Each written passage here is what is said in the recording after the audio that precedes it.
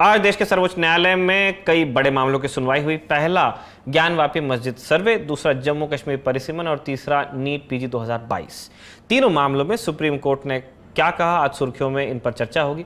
पहला मामला है वाराणसी में ज्ञानवापी मस्जिद का सर्वे। मामले को लेकर अंजुमन इंतजामिया कमेटी, जो प्रबंधन कमेटी होती है मस्जिद की, उसने सुप्रीम कोर्ट में याचिका दायर की थी।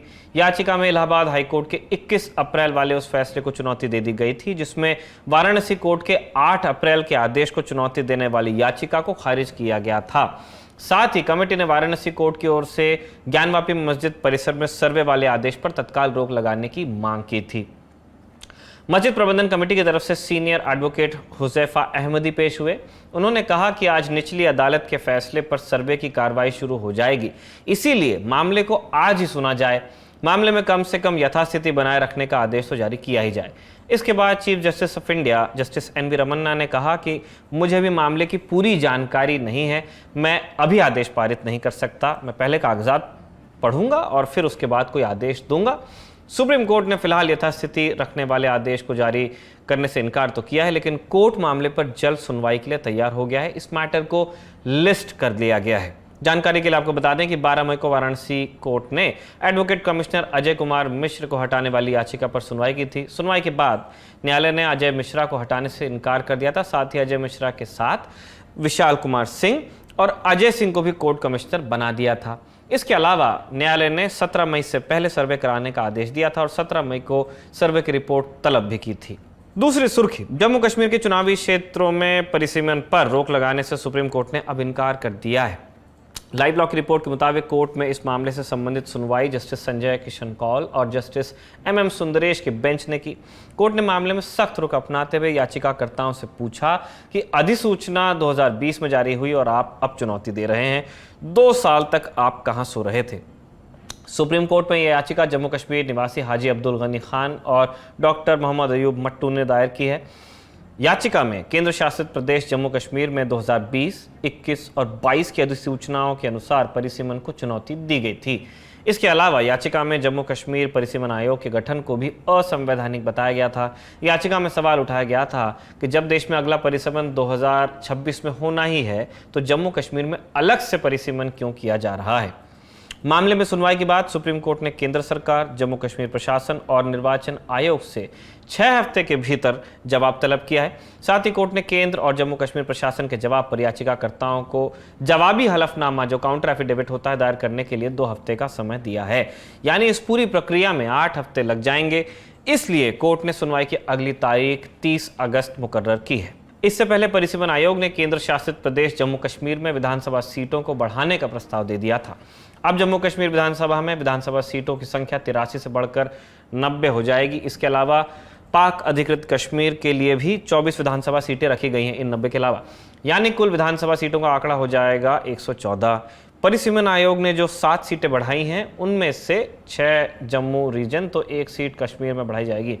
इससे जम्मू में विधानसभा सीटों की संख्या 43 और कश्मीर में 47 हो जाएगी। राज्य में 2 सीट कश्मीरी हिंदुओं के लिए, ये शब्द नहीं है, अल्पसंख्यक शब्द है, उनके लिए और 9 सीटें अनुसूचित जनजाति के लिए आरक्षित की गई हैं। अगली सुर्खी में देश में डॉक्टर्स को तैयार करने वाली परीक्षा नीट पीजी, उससे संबंध है सुर्खी का। सुप्रीम कोर्ट ने आज नीट पीजी 2022 परीक्षा को पोस्टपोन करने के लिए लगाई गई याचिका को खारिज किया। न्यायालय कवर करने वाली वेबसाइट लाइव लॉ के मुताबिक याचिका को खारिज करते समय कोर्ट का तर्क था कि यदि परीक्षा स्थगित होती है तो अराजकता और अनिश्चितता पैदा हो सकती है। अगर परीक्षा टलती है तो यह कदम तैयारी करने वाले 2 लाख से ज्यादा छात्रों के लिए पूर्वाग्रह पैदा करेगा। याचिका में मांग की गई थी कि नीट पीजी 2022 की परीक्षा को 8 से 10 हफ्ते के लिए टाल दिया जाए, जिससे नीट पीजी 2021 की काउंसलिंग का मामला पहले सुलझ जाए। सुप्रीम कोर्ट में जस्टिस DY चंद्रचूड़ और जस्टिस सूर्यकांत की बेंच ने परीक्षा को टालने वाली याचिका पर विचार किया। याचिकाकर्ताओं की तरफ से सीनियर एडवोकेट राकेश खन्ना, आनंद ग्रोवर और P विल्सन पेश हुए थे। वहीं केंद्र सरकार की तरफ से additional solicitor general Aishwarya Bhati पेश हुई। याचिकाकर्ताओं का तर्क था कि पिछले साल नीट पीजी 2021 की काउंसलिंग अभी चल रही है और अभी ये काउंसलिंग खत्म होने के आसार नजर आते नहीं। 21 मई को नीट पीजी 2022 की परीक्षा होनी है। ऐसे में हजारों की संख्या में ऐसे उम्मीदवार हैं जो काउंसलिंग और 2022 की परीक्षा में हिस्सा लेना चाहते हैं, दोनों में। याचिका में आगे कहा गया कि नीट पीजी 2022 में आवेदन की आखिरी तारीख 25 मार्च थी। ऐसे में याचिकाकर्ताओं ने इस उम्मीद में फॉर्म नहीं भरा कि वो AIQ मॉकअप काउंसलिंग में भी हिस्सा लेंगे और उन्हें सीट मिल जाएगी। बाद में सुप्रीम कोर्ट ने 31 मार्च को AIQ मॉकअप काउंसलिंग को रद्द कर दिया था। ऐसे में कई उम्मीदवारों को न तो 2021 के काउंसलिंग में न तो सीट मिली और न ही 2022 के रजिस्ट्रेशन ही वो करवा पाए और उनका पूरा एक साल बर्बाद हो गया, इसलिए राहत चाहिए थी। बेंच का कहना था कि 2 लाख से ज्यादा डॉक्टर्स ने परीक्षा के लिए पंजीकरण कराया है। रोगियों की देखभाल की जरूरतों को नजरअंदाज नहीं कर सकता है न्यायालय। देश को फिलहाल डॉक्टर्स की जरूरत है, साथ ही ये सरकार की पॉलिसी से जुड़ा मामला है। अदालत परीक्षा स्थगित करने का आदेश इसलिए नहीं दे सकती। नीट PG 2022 के अलावा सुप्रीम कोर्ट ने आज IIT JEE 2022 में अतिरिक्त मौके की मांग वाली याचिका को भी खारिज कर दिया है। चौथी और आखिरी सुर्खी जुड़ी है कांग्रेस से। देश के सत्ता से 8 सालों से दूर है पार्टी और पूरे देश में अब गिनती के मुख्यमंत्री बचे हैं। कांग्रेस इस स्थिति से उबरने के लिए नव संकल्प चिंतन शिविर आयोजित उसने किया है। राजस्थान के उदयपुर में 3 दिवसीय चिंतन शिविर में कांग्रेस नेताओं ने आने वाले सालों में पार्टी की दशा दिशा तय करने के लिए अपने अपने विचार रखे। शिविर के पहले दिन कांग्रेस अध्यक्षा सोनिया गांधी ने, कार्यकारी अध्यक्षा, उन्होंने अपने विचार रखे। सुनिए उन्होंने क्या कहा। सचेत हूँ, हर संगठन को न केवल जीवित रहने के लिए बल्कि बढ़ने के लिए भी समय समय पर अपने अंदर परिवर्तन लाने होते हैं। हमें सुधारों की सख्त ज़रूरत है। रणनीति में बदलाव, ढांचागत सुधार और रोज़ाना काम करने के तरीके में परिवर्तन। एक तरह से यह सबसे बुनियादी मुद्दा है।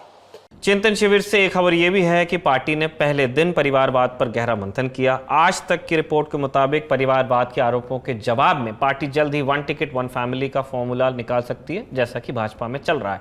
पार्टी की रणनीति के पीछे एक वजह यह भी है कि बीजेपी परिवारवाद को लेकर कांग्रेस पर लगातार हमलावर रहती है।